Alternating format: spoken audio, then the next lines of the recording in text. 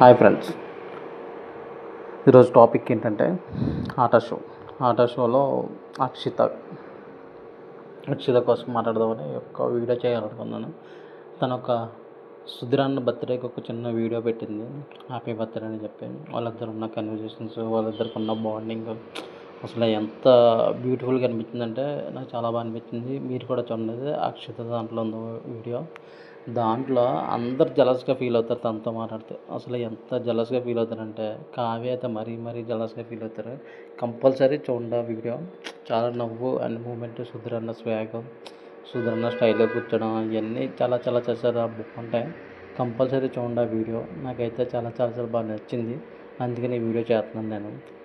Compulsory చూడండి ఆ video, చాలా బాగుంటుంది చూడండి. నాకైతే చాలా చాలా చాలా బాగా నచ్చింది. వాళ్ళిద్దరికి ఉన్న బాండింగ్, సుధీరన్న అలా కుర్చీలో కూర్చొని చిన్న చిన్న స్టెప్ వేయడం అసలు అందరికీ ఆకర్షణీయంగా చాలా బాగుంది. నాకైతే చాలా చాలా చాలా బాగా అనిపించింది. కంపల్సరీ చూడండి, మీకు కూడా చాలా లైక్ వస్తుంది. ఎక్స్పెషల్లీ కావ్య చూడండి, ఫేస్ చూడండి. కావ్య ఫేస్ చూస్తే మతిపోద్ది మీకు.